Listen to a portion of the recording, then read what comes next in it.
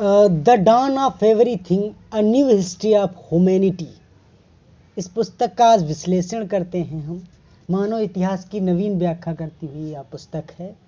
तो चलिए आज इस वीडियो में हम the dawn of everything, a new history of humanity पुस्तक की समीक्षा करते हैं। इस पुस्तक के लेखक हैं डेविड ग्रेवर व डेविड वेनड्रो।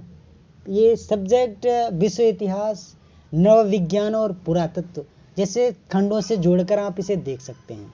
अधिकांश मानव इतिहास हमारे लिए अपूरणीय रूप से अदृष्ट है। हमारी प्रजाति होमो सेपियंस कम से कम 2 लाख वर्षों से अस्तित्व में है, लेकिन इस प्रकल्प के अधिकांश समय में क्या घटित हो रहा था, आज हमें इसकी जानकारी बहुत कम है। उदाहरण के लिए उत्तरी स्पेन के अल्तामिरा की गुफा में ढेरों चित्रकारी और उत्कीर्णन लगभग 25,000 और 15,000 ईसा पूर्व के बीच बनाए गए थे। संभवतः इस काल में अनेक नाटकीय घटनाएं घटी होंगी। तब का मानव इन घटनाओं को अभिलेखित भी कर रहा था, लेकिन हमारे पास यह जानने का कोई तरीका नहीं है कि उनमें से अधिकतर घटनाएं क्या थी। क्या हम प्रागैतिहास पर उतना ही विचार कर पाते हैं जितना आधुनिक या समकालीन इतिहास पर? अगर नहीं तो क्यों? मानव इतिहास का सबसे विस्तृत प्रकल्प तो प्रागैतिहास का है। क्या इस काल की उपेक्षा मात्र लेखनी की अनुपलब्धता का तक सीमित है? इन प्रश्नों पर नवविज्ञानी डेविड ग्रेवर और पुरातत्ववेत्ता डेविड वेनड्रो ने अपनी पुस्तक the dawn of everything, a new history of humanity 2021 में एक नई दृष्टि प्रदान की है। इस नई दृष्टि का अनुरोध क्रांतिकारी है। कैसे? अभी तक मानव इतिहास में व्युत्पत्ति और उद्गम का प्रश्न एक ऐसे वैचारिक मैतत्व के मध्य स्थापित था जिसे किसी ने व्यग्र करने की चेष्टा नहीं की थी। मानव इतिहास का मैतत्व रूसो और हॉब्स के अनुसार मैतत्व 18वीं सदी के जिनेवाई दार्शनिक जीन जैक्स रूसो 1712 से 1778 के बीच से संबंधित है। अपनी कृति discourse on the origin and the foundation of inequality among mankind 1754 में रूसो ने इस कथानक में प्रस्तुत किया है। तो कथा कुछ ऐसी है कि एक बार की बात है, मानव शिकारी था और बाल निष्कपटता के साथ छोटे झुंडों में दीर्घकाल खंड तक जीता रहा। यह झुंड समतावादी था। झुंड का छोटा होना इसका कारण हो सकता है। यही परिस्थिति कृषि क्रांति तक बनी रही। फिर नगरों का उदय हुआ और सभ्यता और राज्य के प्रारंभ में मानवीय समतावादी और निष्कपटता का अंत हो गया।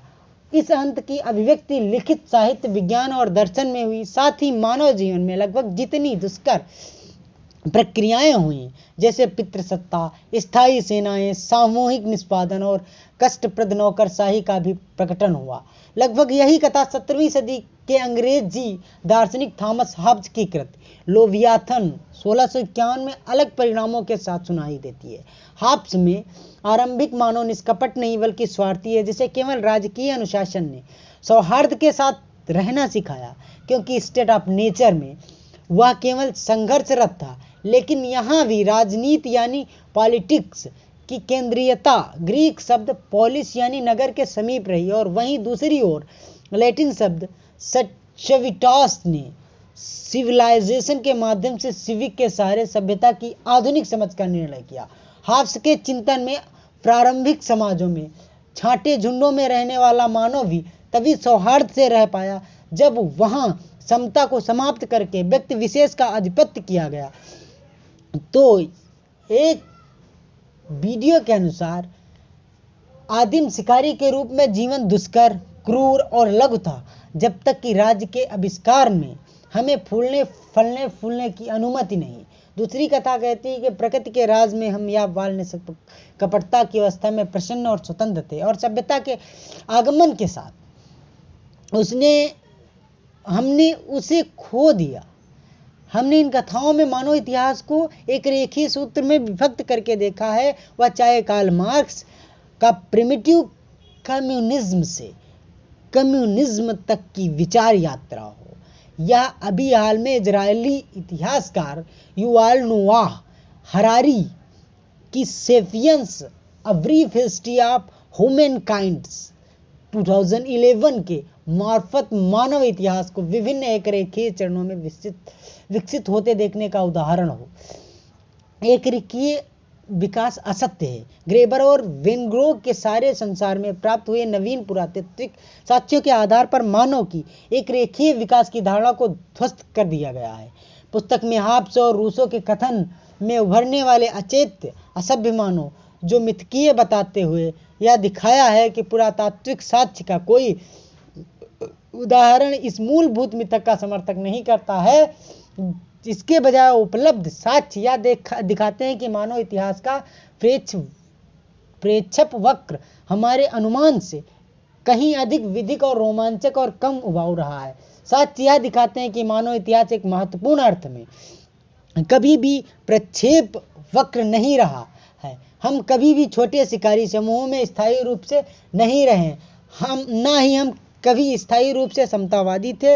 यदि हमारी प्रागैतिहासिक स्थिति की कोई एक परिभाषित विशेषता है तो वह सभी प्रकार की राजनीतिक, आर्थिक और धार्मिक आयामों के लिए विभिन्न प्रकार के निरंतर स्थानांतरित होने की विस्मयकारी क्षमता है।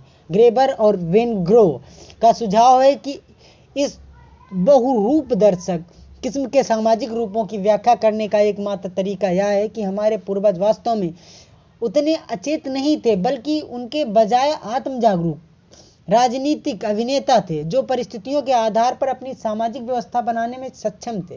यह प्रारंभिक मानव स्थायी सत्तावादी शक्ति के खतरों से बचने के लिए सामाजिक राजनीतिक अस्मिताओं के मध्य निरंतर परिवर्तन करता रहा था। इसलिए लेखक यह प्रस्तावित कर रहे हैं, असमानता क्यों पैदा हुई? पूछने के बजाय मानव इतिहास के बारे में सबसे रोचक प्रश्न यह है कि हम इसके साथ क्यों फंस गए। साक्ष्यों की चर्चा करें तो उदाहरण के लिए पुस्तक में हम सीखते हैं कि ऊपरी पुरापाषाण काल में यूरेशिया में भौतिक संस्कृति में एक रूपता का मतलब है कि लोग महाद्वीपों में फैले हुए बड़े पैमाने पर कल्पित समुदाय में रहते थे। यह साक्ष्य इस विचार को ध्वस्त करता है कि मानव ने छोटे से झुंडों में रहना सीखा था। इसी प्रति सहजता को समझने तो मानव इतिहास के दौरान एकल समाजों का पैमाना कम होता गया क्योंकि आबादी बड़ी हो गई। तुर्की में गोबेकली टेप या ओहियो में होपवेल जैसे स्मारकीय स्थलों में हम सीखते हैं कि लोग मौसमी रूप से दूर स्थलों में आकर एक साथ एकत्र होते हैं, जो मनोरंजन और ज्ञान के आदान प्रदान के लिए सांस्कृतिक संवाद के बड़े केंद्र प्रतीत होते हैं। यह विस्तृत समुदाय में स्वागत की अपेक्षा करते हुए लंबी दूरी की यात्रा करना हमारे पूर्वजों के जीवन की एक विशिष्ट विशेषता थी। पुस्तक की अगली धुरी कृषि है। प्राप्त विचार यह है कि कृषि के जन्म का अर्थ स्त्रीकृत समाजों का कामोवेश स्वतः उदय था, किंतु एक बार हम अमेजोनिया में खेती जैसी घटना पर विचार करते हैं तो यह धारणा समस्याओं में बदल जाती है। यहाँ नाम्बिकवारा जैसे असंचित समाज हालांकि पौधों को परचाने की तकनीकों से परिचित थे, लेकिन उन्होंने जानबूझकर कृषि को अपनी अर्थव्यवस्था का आधार नहीं बनाने का फैसला किया। मध्य पूर्व के उदाहरण से यह सीखने को मिलता है कि यहाँ प्रारंभिक कृषि समाजों ने स्वयं को आसपास की पहाड़ियों के शिकारी वनवासियों के रक्षित करने की प्रक्रिया से समतावादी और शांतिपूर्ण बनाया, जहां ज्यादातर महिलाओं ने कृषि विज्ञान के विकास को प्रेरित किया। हम यह भी सीखते हैं कि कुछ ऐसे स्थानों पर सिंचाई के जटिल कार्य बिना मुखिया के सामुदायिक रूप से किए जाते थे। अतः कृषि का क्रमिक प्रसार होने के ऊपर अभी तक जो मैतक था उसे के विरुद्ध इस पुस्तक के कई उदाहरण प्रस्तुत किए गए हैं। आगे नगरों की ओर चलें। आज के आधुनिक समाज में समता मूलक नगरों की कल्पना यूटोपिया संबंधी लगती है, नगरीय विकास और असमानता पर निर्भर दिखाई देता है, लेकिन इस युक्ति के से उलट अतीत में दक्षिण अनातोलिया और अटलहोयुक जैसे नगर और कई अन्य ऐसे नगरों के अस्तित्व का अटाक के प्रमाण प्रस्तुत है जहां सत्तावादी शासन का कोई संकेत नहीं मिलता। मिसिसिपी में काहोकिया या चीन में सीमाओं जैसे अन्य प्राचीन शहर विभिन्न राजनीतिक सत्ता के अस्थायी उत्तराधिकार के साक्ष्य प्रदर्शित करते हैं, या कभी सत्तावादी से समतावाद की ओर बढ़ते हैं तो कभी नहीं। इसी से जुड़ा हुआ विषय राज्य का है। लेख स्पष्ट करते हैं कि इंका या एज़टेक जैसे समाजों को प्रारंभिक राज्यों के रूप में परिभाषित करना कितना भ्रामक है, क्योंकि यह समाज इस सीमित और संकुचित संज्ञात्मक कोट से कहीं अधिक विविध थे।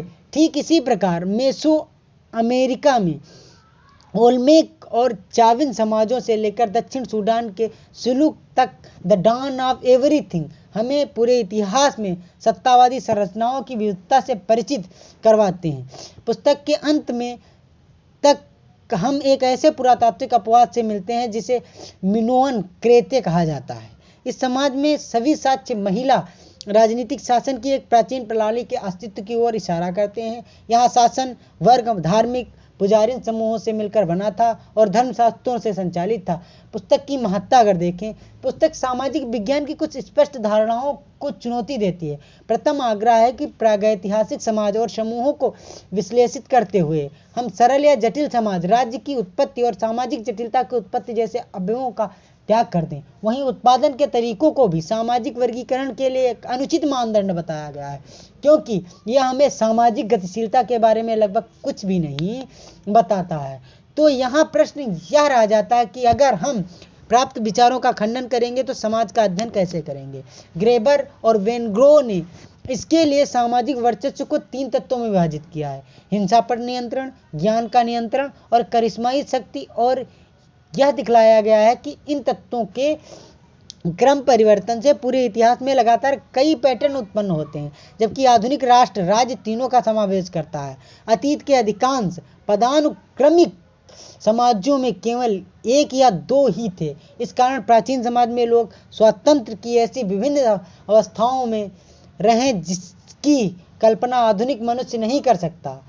इसका कंक्लूजन यही निकलता, निष्कर्ष यही निकलता, अंत में बस यही कहा जा सकता है कि आज फिर से विश्व इतिहास पर बृहत दृष्टिपात करने का चलन बढ़ा है।